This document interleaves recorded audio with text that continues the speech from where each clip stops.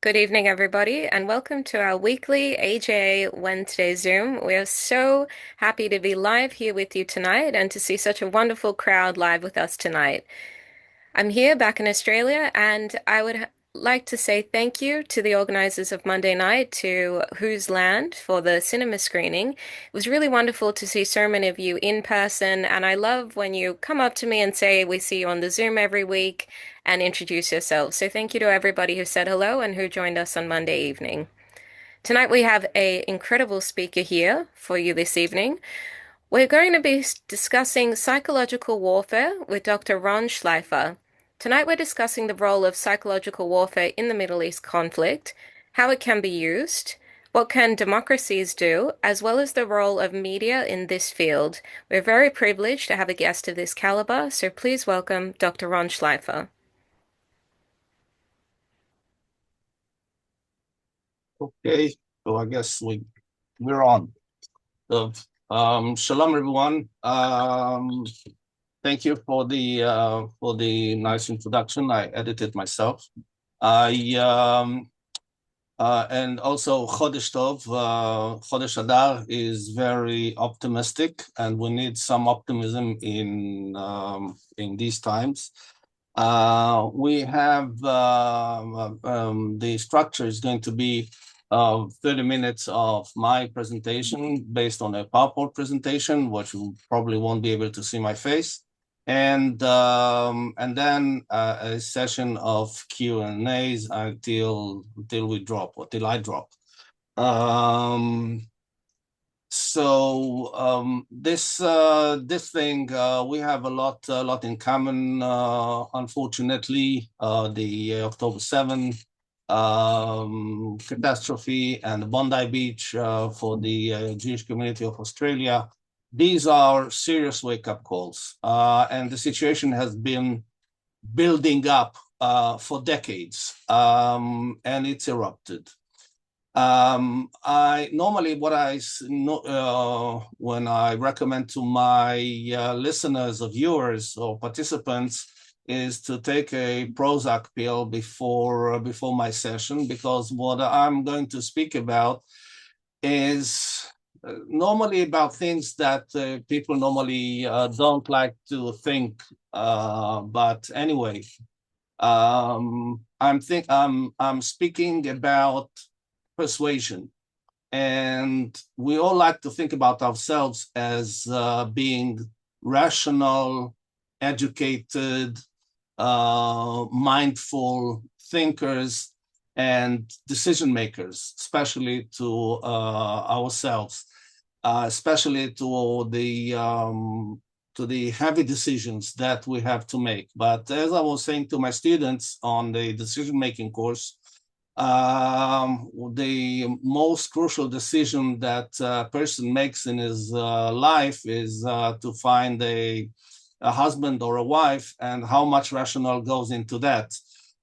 So I will take that into the political and the military arena in order to try to explain to you how things are really being done. And I'm telling you, it's bloody and it's not pleasant, but we have to know, so let's get on into that.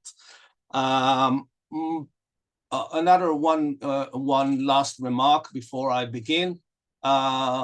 I'm trying very much all throughout my 4 decades of activity in the field of psychological warfare is not to make it into a huge griping or complaint, or what the Americans calls a bitch session. We're done complaining. So what I'm going to try to do is to present all the elements that I'm bringing up is designed to learn the lesson. What the Israelis called in Israeli Yiddish tachlis. What's the tachlis? What's the practical aspect of it? And this is the perspective I want to underline here. What's the practical lesson that we can learn from that? But in order to learn the practical lessons, first of all, we need to know how things are being done in the real world. So let's begin. Right, let me share. Okay, so I'm sharing with you this presentation. By the way, you can have this presentation on request, so you don't need to write it down or to take photos during the session. Anybody who's interested, I can send it to you personally. Is this the large screen format? Yep, looks fantastic. Okay. All right. Okay. So psychological warfare. It's a new gun, and this photograph was taken from the Hamas website, and this is very, very telling. Which means that the camera is the main weapon in current war in the current war. Also with Iran, the camera is what matters. I think this thing can shoot as well, but it mainly shoots the videos and the clips and the images, and this is what's important. All right. Don't know if you recognize all the members of this distinguished group, but I'll give you a quick introduction to each person over here. And we think we need to learn to read about these people and to read what these people have written in order to understand how things are really really happening, how they're being created in order to have an impact. So on the first one top left is Pope Gregory the 15th. He is the guy which invented the modern form of propaganda. He even invented the term propaganda. And he was in the 17th century, after the Catholic Church has lost about half of its population, of its, let's say, its customers, being sarcastic on purpose. And he looked for a replacement, and he found them in the New World, which was discovered by Christopher Columbus.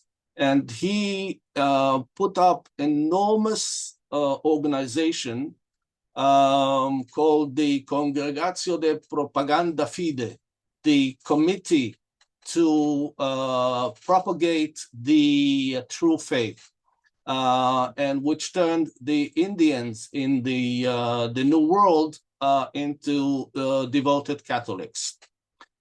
Next to it, over here, is this person. Is called Professor Pavlov, with the famous experiments on dogs. This is a artificially colored photograph. Originally, it was black and white. It was in about the middle of the 19th century, and his discoveries were around conditioning, that our actions are based on our nerve system, which can be trained. And this is the famous dog experiment, where you gave them food and they started drooling, etc. I'll come back to him in a minute.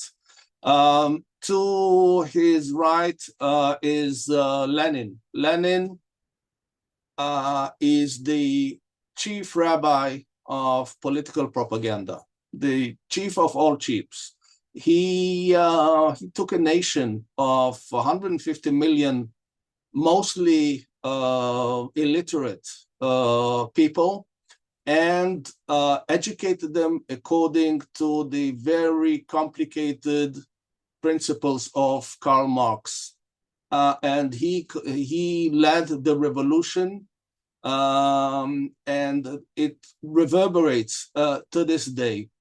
He was the master of how to engage the masses and how to agitate them and how to direct them to his desired goal. Next to Lenin, next to Lenin is Sigmund Freud, with no need to elaborate much. And his contribution to the field of influence is that what we do depends on our subconscious. So if we want to deal with our thinking, we have to go, and with our doings, we have to dig down into our subconscious. And this takes a specific know-how and an experience. Okay, next to him is somebody which is not very well known, but it is a very much has an enormous influence, and that's his nephew, and his name was Edward Bernays. He learned under his famous uncle the principles of subconscious persuasion, and he decided that Vienna is too small for him, and he emigrated to New York. And he is the father of modern art and science of public relations. Had enormous impact on the American industry, on American advertising, and on American persuasion. He got his training in the First World War. His book in 1928, a small book called Propaganda, was very prominent in the library of this guy, Dr. Joseph Goebbels. So you see that things are merging. But I skipped this guy, who still has enormous impact after he was assassinated by Stalin in 1941. And this was a German communist called Willy Münzenberg. And he was a young communist, very effective, and he persuaded Lenin that he has a plan and the capability to bring communism to Western Europe. And if I would sum up in one short phrase what he invented, I would say it is the front organization technique. It's set up an organization with an attractive name, with a good cause, and attract the intellectuals. He's, by the way, the guy who made intellectuals into political figures, which is very relevant to this day. And he set up a huge network of newspapers, journals, film studios, publication houses, of anything that has the ability of attract attention and to get and consolidate political support. And he got millions from Lenin at the time when Russia was starving under the civil war. And Lenin robbed the churches and diverted much of the gold which he took to give to Willy Münzenberg to set up his network of persuasion over Western Europe. Not much need to be given to this guy, Joseph Goebbels, and the minister of propaganda for the Nazi regime.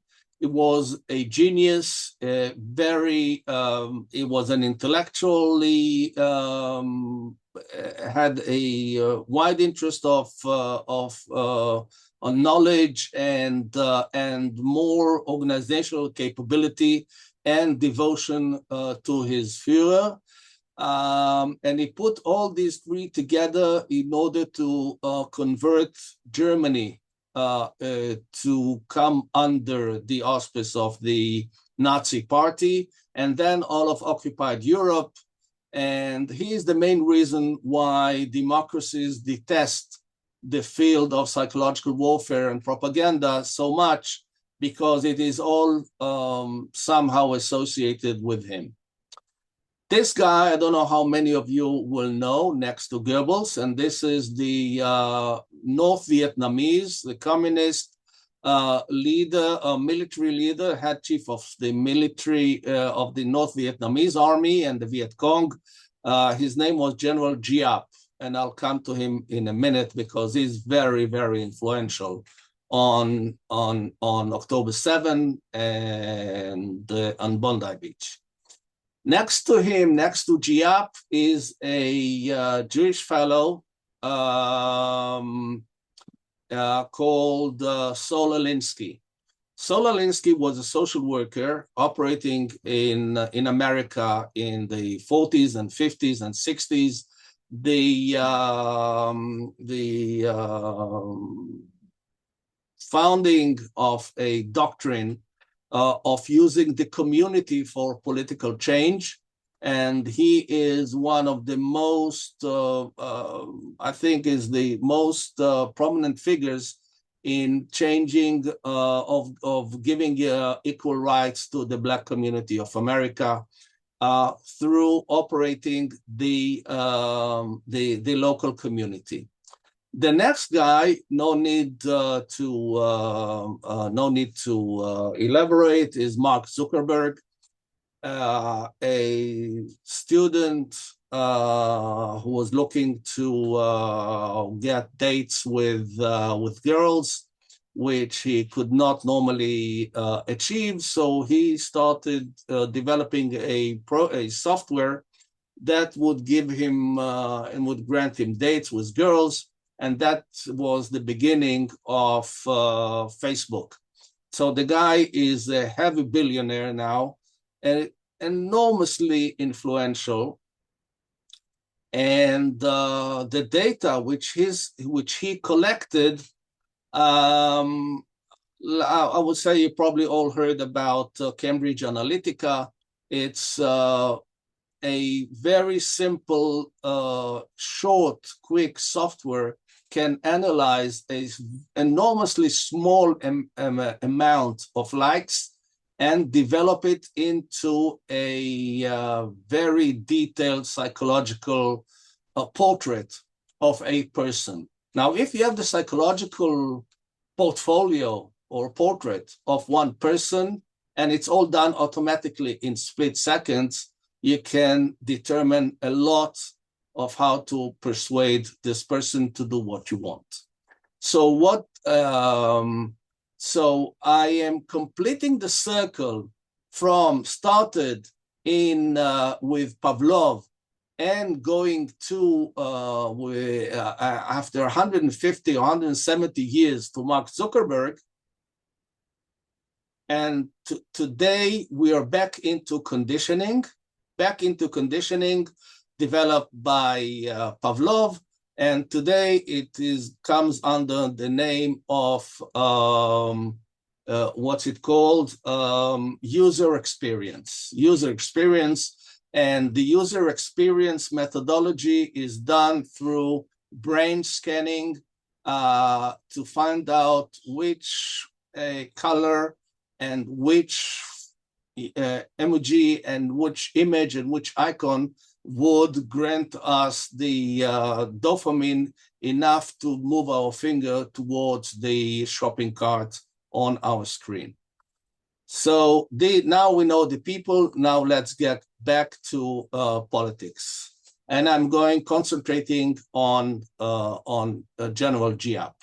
General Giap, just to put in a nutshell, was a military leader of a rural country, small rural country, 10,000 miles away from America, which managed to beat the most powerful superpower of the period. And the way he did it is still relevant to this day, where Islam is taking the radical Islam is taking the same path which he devised 50 years ago. So basically, this is what is all about. Revolutionary warfare. This is his combination. You start with psychological warfare, and you move up in the violence scale to terror, and then to guerrilla. The difference is that terror is against civilians or anybody who happens to be at the scene. Guerrilla is directed against the government representatives. It could be loosely defined from postal clerks to policemen, soldiers, and politicians. And then you move to the physical arena. And it took him 15 years to win over America. And these are the 5 principles which we can condense in a short period of time to how he made his vision possible. First of all, the war takes a long time. I just want to mention in passing that it was the Vietnamese lost between 1 to 2 million people in casualties. And for him, it was a worthwhile sacrifice, and which for Westerners, it's inconceivable. But for him, it was knowingly, intentionally, he made the sacrifice in order for communism to get the upper hand. So a revolutionary war, should take a long time. It involves enormous amount of casualties. Politics is the goal. Politics is the goal, meaning the war is fought politically. The IDF, for example, has a completely different perspective, and many other democratic countries' armies follow the same. That we do not get the army involved in politics, but his novelty was that even the local military commander on the lowest scale can take political decisions. The media is a major battlefield. The media is a major battlefield. You have to win over the media. You have to infiltrate into the media. You have to bribe the media. And above all, you have to give the media what it wants. And this is dramatic stories which will attract the advertisers. So the media in war is a major battlefield. And you have to gain the sympathy of the media and the sympathy of the enemy at any cost. So one example is that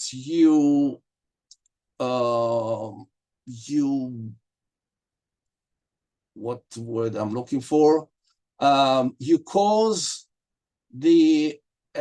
your own casualties in order to get, and then you call in the media, and then you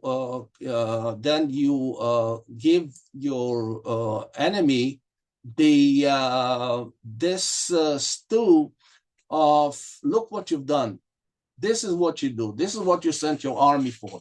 This is why you are joining the army, to kill women and children, etc. At the side, I have three images. Over here is the Cu Chi site of tunnels. The North Vietnamese have dug underground shelters, I would say even towns, with very primitive means. Remember, it took a long time. And this is where they hid. This is how they divide. This is how they were moving units from place to place, etc. And it was under the American bases, would had no suspicion of the first years, and then they had to call the American army with a lot of Australian assistance, by the way. The tunnel rats of low height soldiers and who were crawling in those tunnels with a gun, with a pistol and a flashlight, and they were sent in to fight this enormous construction underground towns which the Viet Cong and the North Vietnamese were digging. And by the way, you might have guessed, Hamas has not invented anything. Over here, do you see, is Jane Fonda, which was nicknamed Hanoi Jane. And she was a young actress, politically involved. So the North Vietnamese contacted her and organized a tour for her to see the ugly side of war. And she came back and reported it to the American media. Only decades later, she confessed that she has been manipulated. And over here, one of the most famous images of the Vietnam War, the bombing of by napalm on villages where the Viet Cong was attacking from, and then take the images and advertise it on the American media. This photograph was taken in 1968 or 69. Was about 5 years before the victory was declared over America. And you see Yasser Arafat. He came to learn by the Vietnamese how a small force can beat a superpower. By the way, you notice Arafat's keffiyeh. And the reason I'm pointing this out is that the major advice that General Giap said to Arafat is drop this business of terrorism and move into the realm of human rights. And Arafat let the violent aspect to a front organization called Black September, which was, of course, operated by him, but he said, I'm not associated with them. And after Munich, 2 years after Munich, he's already in the UN waving a branch of an olive tree. Okay, so what is psychological warfare? Finally, what is psychological warfare? This is a definition that I agree with. Nonviolent, organized persuasion, nonviolent, in order to assist achieving victory.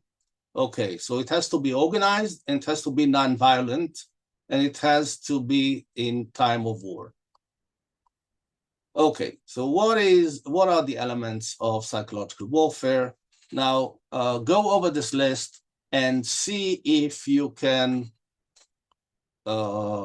recognize how it is being deployed against the West and against Israel and against the Jewish people.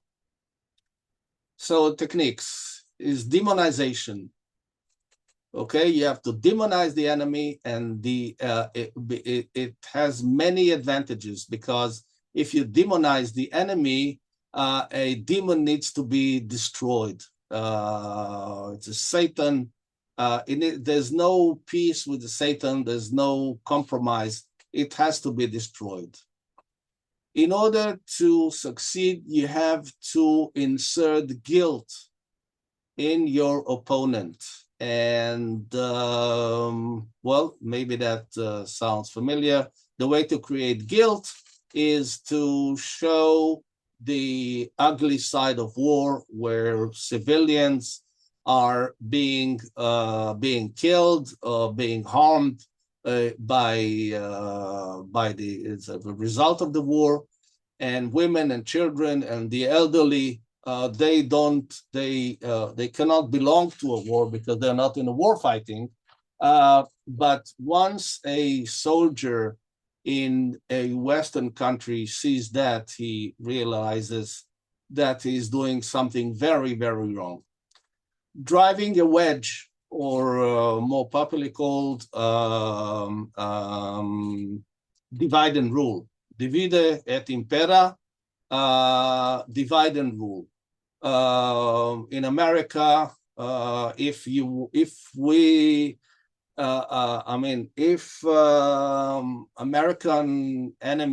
America's enemies want to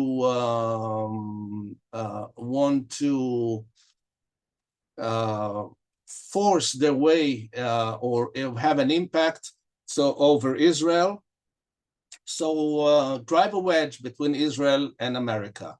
How do you drive a wedge between Israel and America? Is if Israel is drawing support from America through AIPAC, so create a counter organization to AIPAC. For example, J Street or some other organization. Then you have the Jewish community split, and this is the first step towards reducing the support. Change from asset to liability. Whatever you are suffering because the enemy is telling its opponent that you're suffering because you continue to hold on to your policy, and therefore you pay a price. You pay a political price. You pay a diplomatic price. You pay a economic price. For example, if you continue to hold on to the disputed territories, you'll suffer.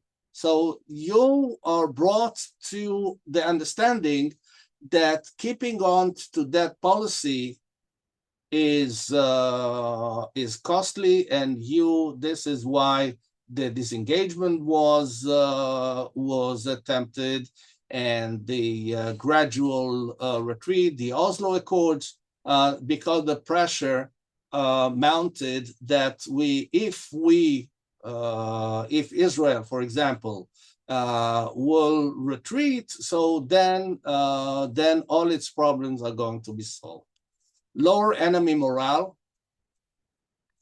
It's no need to elaborate. Blame the enemy. Always blame the enemy. The enemy should be always on under pressure, and always need to look for excuses for his existence. Overload enemy system. No need to elaborate.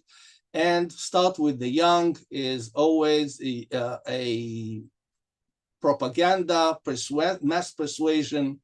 Always start with the children, and therefore it takes a long time.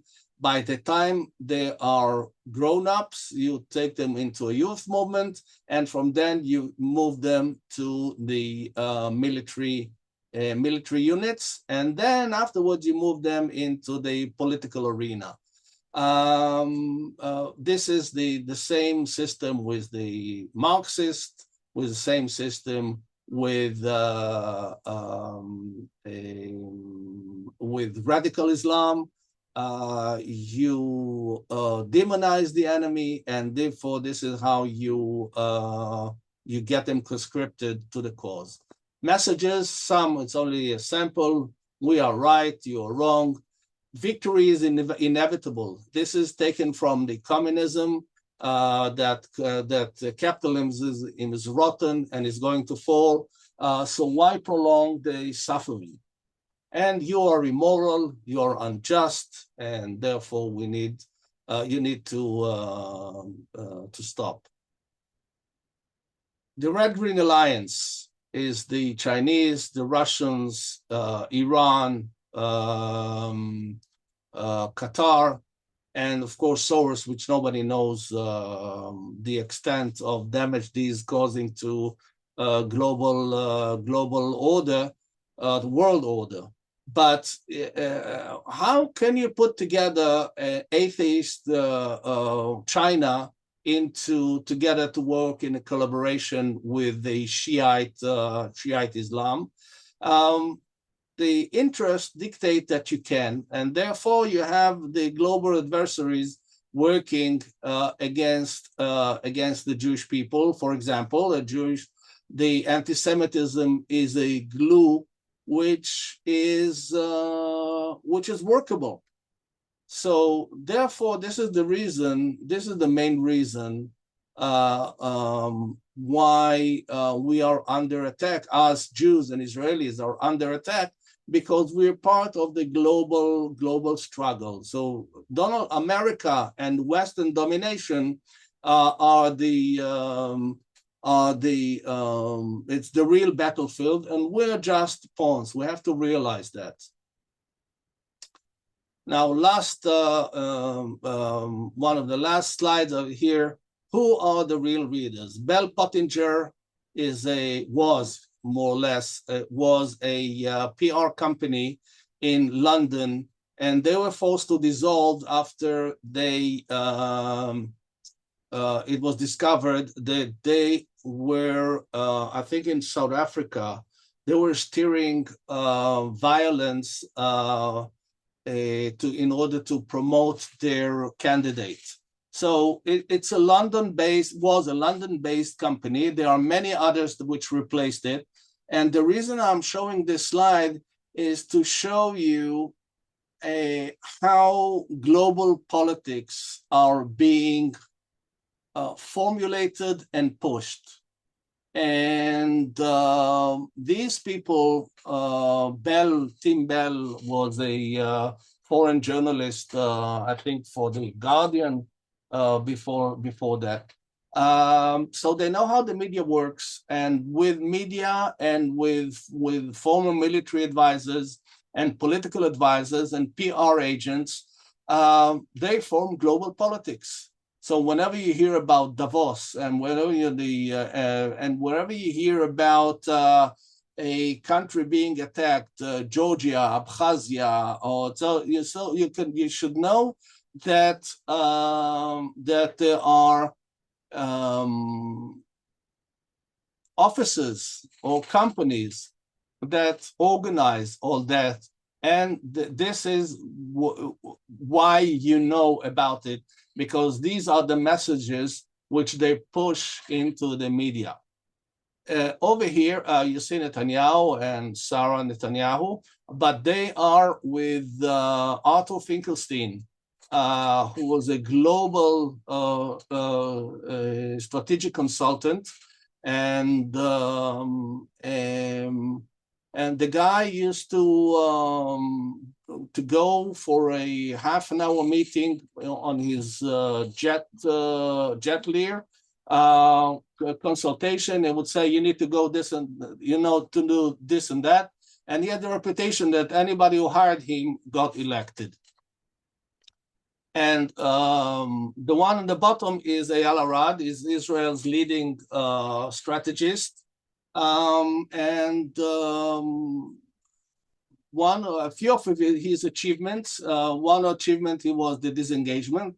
He was the mind behind the disengagement, the psychological persuasion methods, how to get out of the Gaza Strip. And to his, so that's some positive side. He was also in charge of making the Gush Etzion non-negotiable in the Israeli public opinion, because they hired him, and he came up with the slogan Gush Etzion Bait Israeli, Gush Etzion, the Israeli home. So I mean, whatever you want to do, you'll hire him and he'll get it for you. Anti-Semitism. It's we should know that it's just business, as the mafia used to say. The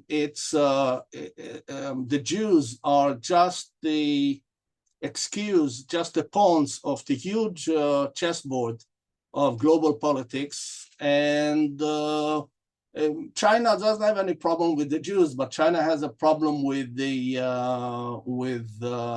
America. So the Jews are a good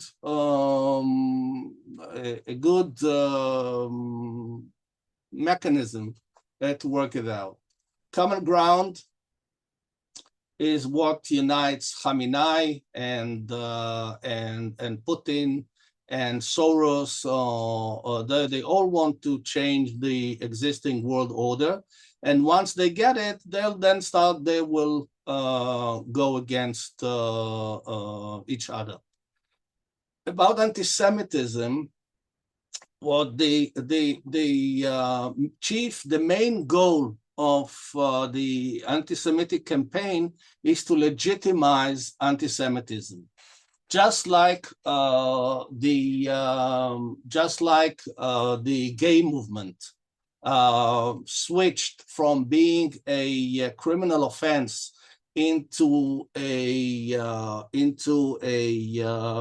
social and upscale social status. So this is what is this is what the anti-Semites are, or the anti-Semitism activators seek to achieve, is to legitimize anti-Semitism. And so when you say you're anti-Semitic, you say, yes, so what about it? It's good. It's a good thing. There's no shame involved. And the purpose of anti-Semitism using by the anti-Semites for the various origins is to paralyze the Jewish people. And therefore, once we understand all that, we should not be paralyzed. We should fight the legitimization and should realize that's a common ground and should realize it's business, and that would give us the right perspective on how we found it. And the conclusion, as my friend Leon Reich from the Reich Center is saying, is you have to exact the price. I'm talking about legal means, I'm talking about financial means, and I'm going about a protective means, physical protection, etc. Anti-Semites need to pay a price. Why? What are the difficulties that we're facing? Is we don't know what is our survival strategy. Should we encourage all Jews to go to Israel, or are we endangering the fate of the Jewish people? Maybe we should be, our best survival strategy is to be dispersed. What is our message? Gay parade in Tel Aviv is a message, or the Kotel and the Temple Mount, or whatever. What is this our message? Who will coordinate all those messaging efforts? Who will fund this? As the common joke goes, is the only thing that two Jews can agree on is how much a third Jew should donate. But we need to get over that. And the debilitating assumption that anti-Semitism is unbeatable and it's not going to work anyway, so we're not dealing with this stuff. Now come to my last. What needs to be done? And this is what I'm finishing. So we need to define if the psychological warfare is the battlefield. We should know what the doctrine, how psychological warfare is being fought. We need to gather intelligence against our opponents. And we need to prepare our own doctrine, just like all these on the first slide, or each one has his own doctrine in order to promote a goal. And we need to train. Probably this is, if I'd say one sentence from all my detailed, soon to be ended presentation, is this line: train. We need to train in cyber war. We need to make the Jewish people keyboard warriors, need to get organized, need to understand what psychological warfare is about. Also stands for open source intelligence. All the intelligence is for each and everyone to see. It's not closed in safes with a combination lock and all that. It's all in the open. All you have to know is how to do it, how to gather it. Forensic accounting. Follow the money, and SA. What did I mean by? Oh yeah. Security awareness. We need to know how. We need to know how and where to place ourselves, how to behave. If we had that, Bondi Beach would not have happened. I wouldn't say that it would completely eliminate it, but the location would be different, and the preventive organization would have been completely different. Deploy, learn lesson, train the trainers, and coordinate. And this is some of the books which I authored. I authored many others. Never mind. But this comes to an end, and I'm here to answer your question. Thank you very much. Wow, thank you very, very much, Dr. Ron Schleifer. That was an incredibly informative presentation. And I know that our audience here with us have really taken home some lessons and learned something today. Before we go into our Q&A, I'd like to say a big thank you to one of our AJ supporters, Ron Jontoff, who helped us organize and bring Dr. Ron Schleifer to our Zoom this evening. So thank you very much to Ron, the other Ron. We don't have much time for questions. We've got about 9 minutes, so we'll start with Alan. Please unmute. Thank you, Tanil. Thank you, Ron.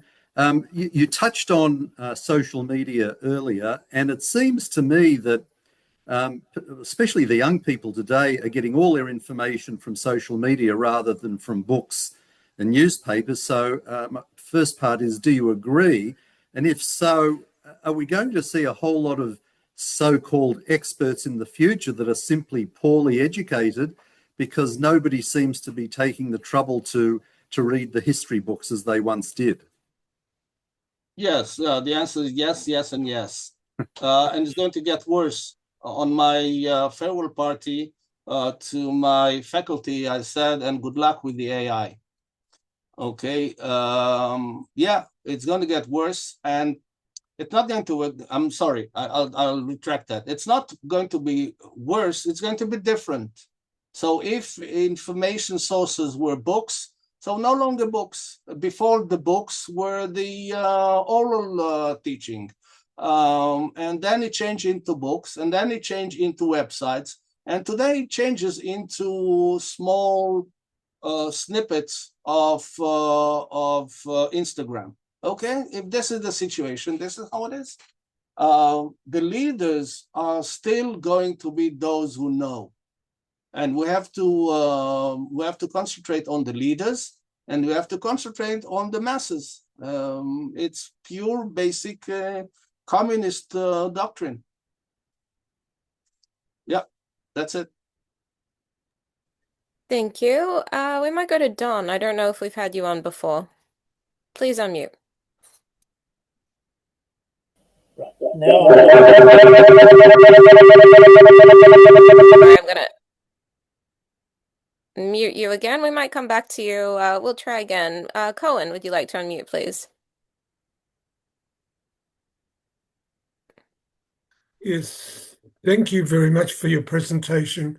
It was fascinating. I think there are two things that are holding back the world today, and they are the United Nations, which is acting mainly against free democratic countries, and in particular the most voluminous lot of people, which is the Muslim people, are failing dramatically, but they're getting all their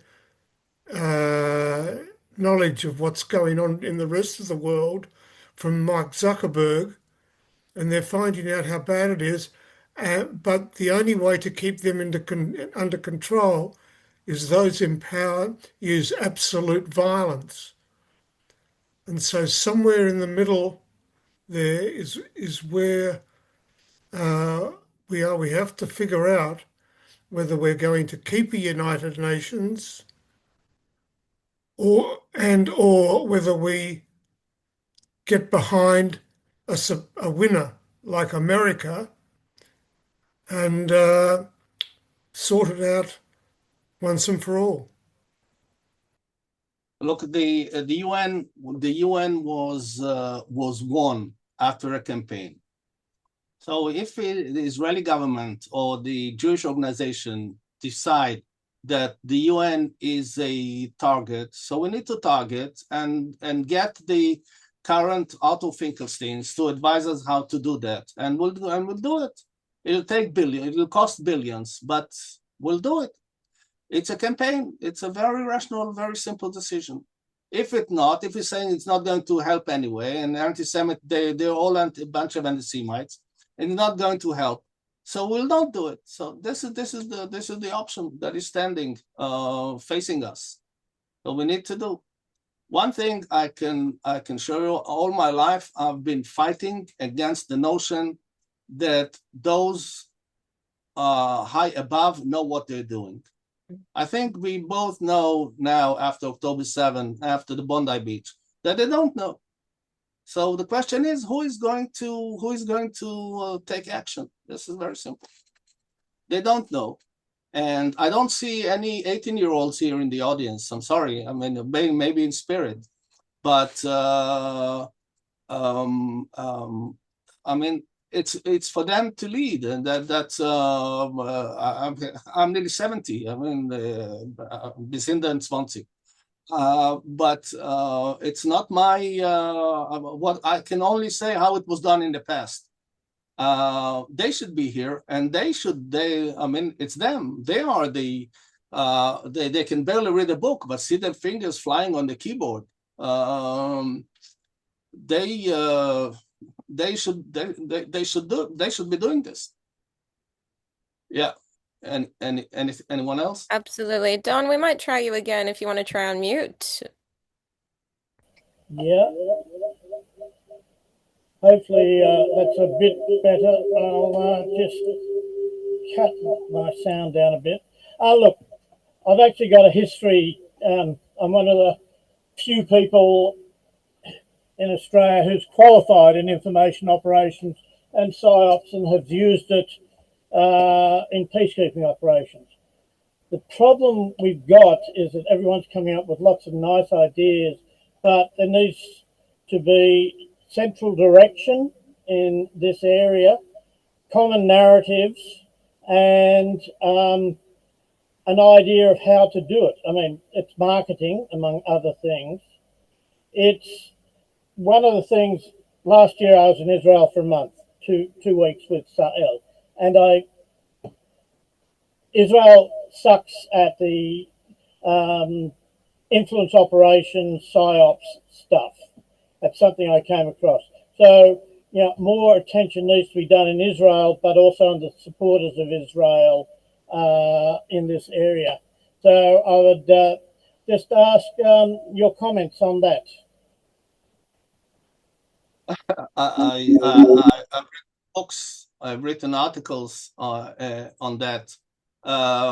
If I'll sum it, I'll through main obstacles. It's first of all is our optimism, eternal optimism, that future is going to be good. So therefore, we just have to wait for the future. Secondly, is the Goebbels effect. Whatever psyops and info ops and all that is associated with Nazism. We don't want to do that. We don't want dragged into this cesspool. And the third main obstacle is this: they're all a bunch of anti-Semites, and it's not going to help anyway. So why bother? Why bother? So these are the obstacles that we need to change. Afterwards, the smaller issues of coordination and getting two Jews to agree on one common ground, let alone two parties, let alone two government ministries, let alone two spokespersons. Once we do that, the only way to bypass that is doing by creating a network of organizations, small organizations. There's one called 1903, which is operated by two of the members here. I see Anjali here and Ron, which are doing this stuff of writing and coordinating and appealing and using social media in order to get some awareness. This is the kind of operation needs to be done. Each and every one of you, I see 109 over here. And so the altogether exposure is going to be like 500 or 1,000. Each and every one could be a cyber warrior. The information is there. All you need to know is learn how to protect your computer, because you don't want to get a virus and that will disrupt your daily routine. You have to make them pay a price if they are useful idiots. So you have to expose them, and if they are cynical operators on a payroll, so expose the money trail. It's very rational. The whole thing is very rational. Above all, we should know that all this the business of persuasion is very rational, and we don't get no need to get emotional. And it's a profession, just like any other profession. Send your children, your grandchildren, to learn the trade. Well, we had enough CPAs and lawyers. Send them to these battlefields. This is what the Jewish people needs, and we need to get into this business. I'll end with a quote by the Turkish Prime Minister, former Turkish Prime Minister Demirel. He said, in the Middle East, if you don't sit to the table, it means that you're part of the menu.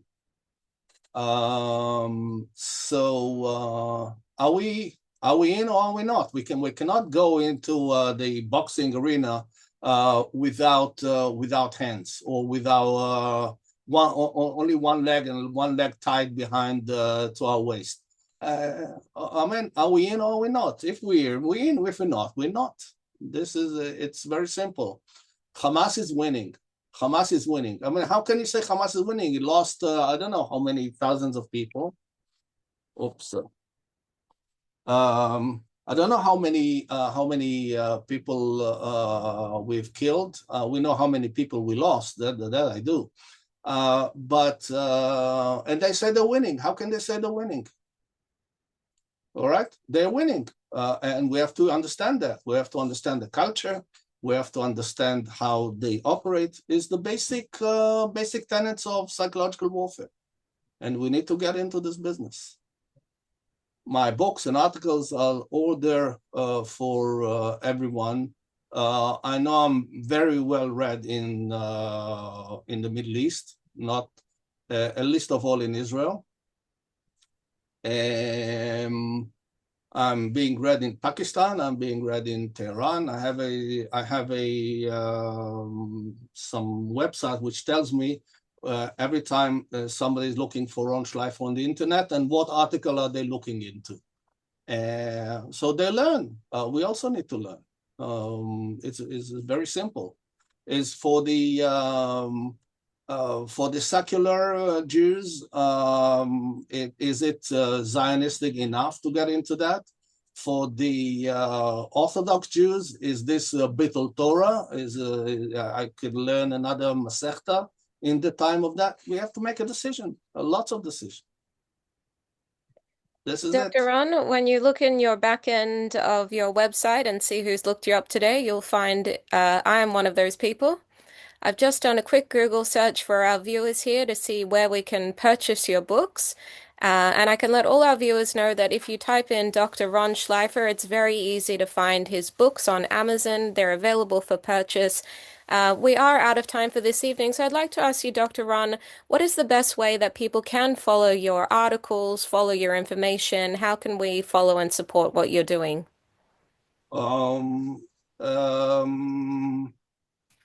My email is all out there for everyone to see, except for the hate mail. If you have if you don't want to complain, you don't want to complain and you want to do something, or you need some practical guidance or information, so I'll do my best. I'll send other people if I'm not able to do that. I've acquired a lot of contacts in my 4 decades activity. You